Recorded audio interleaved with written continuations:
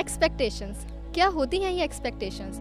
जब भी हम किसी काम को शुरू करते हैं तो हम यही सोचते हैं कि ये काम हमसे सफल होगा कि नहीं। एक्सपेक्टेशंस वही होती हैं जब एक बच्चा सोचता है कि उसके पापा उसके बर्थडे पर उसे पक्का गियर वाली साइकिल ही दिलाएंगे, पर ऐसा नहीं होता है। इसी को तो एक्सपेक्टेशंस कहते हैं। जब भी कोई टीचर स्कूल में आता है तो उसकी बहुत सारी एक्सपेक्टेशंस होती हैं कि ये स्कूल ऐसा होगा या स्कूल वैसा होगा। तो आइए अब हम देखते हैं कि हमारे एयरफोर्स स्कूल में जब कुछ टीचर्स ने रिसेंटली ज्वाइन किया तो उन्हें हमारी स्कूल में क्या लगा और उनकी क्या एक्सपेक्टेशंस थी। I joined AFS Bareilly last year in April 2021. जब मैं स्कूल में आई, I found the children here to be quite obedient, but as a new teacher I expected the students here to be more disciplined and respectful towards their teachers. Well, मैं भी इसी school का student हूँ, तो जो मेरे teachers थे और हैं अभी जो मेरे साथ हैं, हम लोग की एक्सपेक्टेशन यही रहती है कि पहले से ही डिसिप्लिन बना रहे. एक्सपेक्ट भी मैं यही कर रहा था कि जो है students are also well being और काफ़ी एजुकेटेड होंगे, स्मार्ट और काफ़ी सिस्टमेटिक मैनर होगा स्टूडेंट्स के पढ़ाई करने का भी. लेकिन क्या आपको लगता है कि हर किसी की सारी एक्सपेक्टेशंस सच हो पाती हैं? वो कहते हैं ना, जहाँ उम्मीद होती है वहाँ उम्मीदें टूटती भी हैं. Students here to be more disciplined and respectful towards their teachers, which many of them are not. पहले जो हमारे स्टूडेंट्स थे या हम ही लोग थे, वो स्पोर्ट्स को लेकर के बहुत आगे थे. हम लोग सोचते थे कि कुछ भी करके हमें स्कूल को बहुत आगे लेके जाना है. स्कूल कुछ मानते थे, लेकिन अब ऐसा है नहीं बिल्कुल भी. जब भी हम स्टूडेंट्स को समझाने जाते हैं तो चौक और डस्टर से ही समझाते हैं ओनली. बट मेरा मानना यह है कि बच्चे को विजुअलाइज कराओ, चीज़ों को ग्राफिकली, ज्योमेट्रिकली, प्रोजेक्टर पे समझाना चाहिए. अब क्या है कि बच्चा आता है, बच्चा के गेम खेलता है या अपना गेम्स खेलता है या फिर अपना कुछ भी एक एक्टिविटी करके पढ़ाई करके चला जाता है, फिर स्कूल भी शायद भूल जाता है. मेरे हिसाब से ऐसा नहीं होना चाहिए. हम चौक डस्टर का तो इस्तेमाल करते ही हैं, बट उससे चीज़ों का आसानी से समझ में नहीं आती. बच्चा इतनी जल्दी ग्रैस्प नहीं कर पाता है डेप्थ में.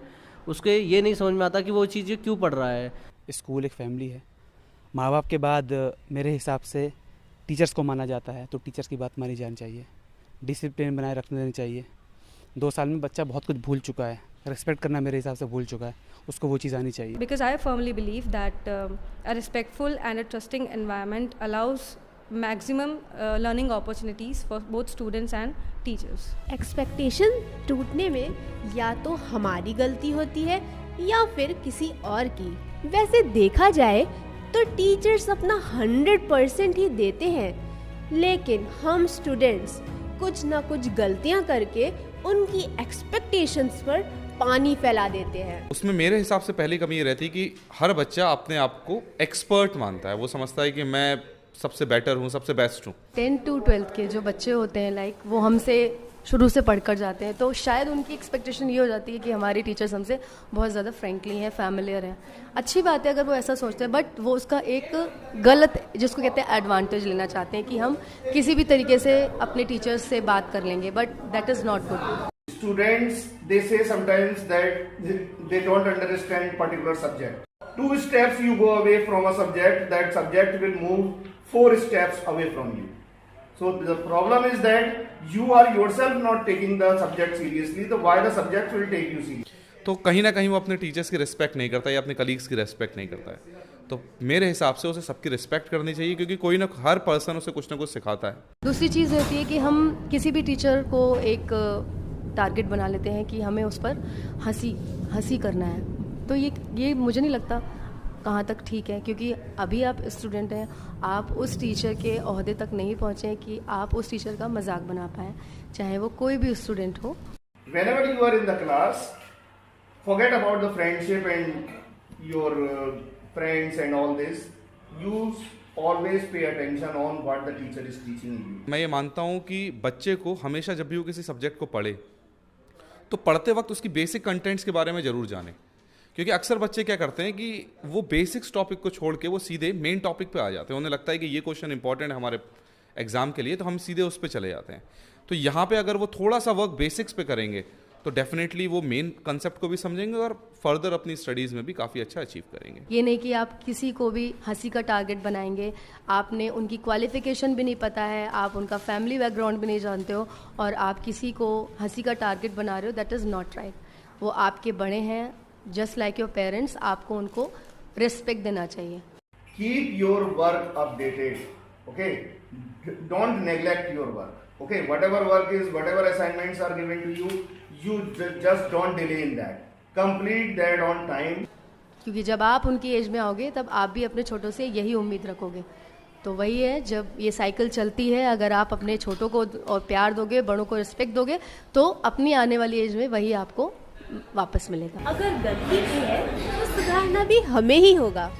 तो आइए जानते हैं कि हम अपनी गलतियां कैसे सुधार सकते हैं। Hello students, as we know, मैं आज आपको बताऊंगी कुछ पॉइंट्स, ठीक है। जैसे अभी आदित्य ने जिन भी टीचर से बात की है और उन्होंने जो भी एक्सपेक्टेशंस बताई आप लोग को, जैसे attentiveness, discipline, work completeness, respect, ठीक है, नॉट टेकिंग सब्जेक्ट सीरियसली, ठीक है, and the basics concepts of subjects, ठीक है। तो ये कुछ पॉइंट्स थे जो टीचर्स ने आपको सजेस्ट किए कि ये एक्सपेक्टेशंस है टीचर्स की कि इन पे आपको फुलफ़िल अगर आप करते हो और आप इन पे खरे उतरते हो, पूरा करते हो इनको, तो आप उनके अकॉर्डिंग एक अच्छे स्टूडेंट की कैटेगरी में आ जाओगे, ठीक है। तो समटाइम्स क्या होता है कि थोड़ा सा कन्फ्यूज़न होता है कि हम कैसे करें, कुछ चाहते हैं करना, कुछ उसकी तरफ ध्यान ही नहीं देते। तो मैं थोड़े सोल्यूशंस बताऊंगी। If you want to do you can do, okay.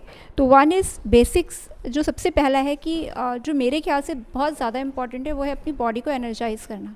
अगर आप एनर्जेटिक हैं, अगर आपने अच्छे से अपना डाइट वगैरह लिया हुआ है, स्टार्टिंग आपने अच्छे से किया ना, जैसे बोलते हैं ना बॉडी को पेट्रोलिंग डालना, पेट्रोल करना उसको, जैसे कि आपकी गाड़ी अच्छे से वर्क करे, सेम आपकी बॉडी का भी है कि आप जब उसको फ्यूल अप करोगे अच्छे से, तो अच्छे से वर्क करेगी, आप उस पर अच्छे से कॉन्सेंट्रेट भी कर सकते हो, आप अटेंटिव भी रह सकते हो, ठीक है। And that is the most basic things that everyone wants, you also want to be yourself, है ना। तो सबसे पहले एनर्जाइज करो अपनी बॉडी को, यानी कि कुछ ना कुछ ब्रेकफास्ट अच्छा सा लो, अच्छा हेल्दी ब्रेकफास्ट, ठीक है।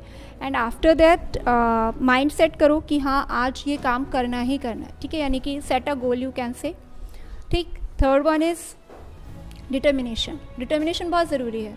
विदाउट एनी डिटर्मिनेशन आप कुछ नहीं कर पाओगे, है ना। सिर्फ सोचना, पर उस तरीके से नहीं सोचना कि हाँ आज करना ही करना है। जैसे मान लो फॉर एग्जांपल तुमने कुछ भी सेट किया कि आज ये काम कंप्लीट करना है, तो उसको करोगे तभी हो पाएगा, ठीक है। तो it needed fully determination from your side and also time management. Time management is also very important, ठीक है। उसके बाद आती है डिसिप्लिन की बात। कुछ टीचर्स ने बोला कि बच्चे डिसिप्लिन में नहीं रहते या रिस्पेक्ट नहीं करते टीचर्स की। तो बहुत अच्छे से आपको भी पता है बच्चे कि अगर आप अपने से चाहते हो कि आपसे हर टीचर या हर बड़ा, इवन छोटा भी आपसे रिस्पेक्ट से बात करे, अच्छे से बात करे, तो ऑफकोर्स अदर्स भी चाहते हैं ना। तो एक है भी कोट, आपने सुनी भी हो शायद, कि जो आप दूसरों को दोगे वही आप पाओगे, है ना। या आप जो दूसरों से एक्सपेक्ट करते हो, आप दूसरों के साथ भी वैसे ही बिहेव करो। तो ये एक मेन फंडा है जिसको अगर आप अप्लाई करते हो अपनी लाइफ में, तो आप रिस्पेक्ट दे भी पाओगे और ले भी पाओगे, ठीक है। And the last one is taking subject seriously. Of course it's very important, और मैं इसमें इतना ही कहना चाहूँगी कि वो फिर जीके हो छोटे बच्चों का या बड़े बच्चों का PHE, है ना। सब्जेक्ट कोई भी हो बच्चे, बहुत इंपॉर्टेंट है, उसकी अपनी वैल्यू है। तो हर सब्जेक्ट को सीरियसली लो। ऑफ कोर्स उसके लिए टाइम निकालो, भले ही आप दिन में 2 दिन रख लो उसके लिए हफ्ते के, है ना, पर हर एक सब्जेक्ट को टाइम दो, तो वो आपके लिए अच्छा रहेगा, ठीक है। So do your best. कोई भी स्टूडेंट अच्छा या बुरा नहीं होता, वो तो उसका बिहेवियर होता है कि उसे अच्छा या बुरा बना देता है। आशा है कि आपको इस वीडियो में बहुत कुछ सीखने के लिए मिला होगा। अब मेरा भी तो जाने का समय हो गया है, क्योंकि मुझे भी तो एक गुड स्टूडेंट का फर्ज निभाना है।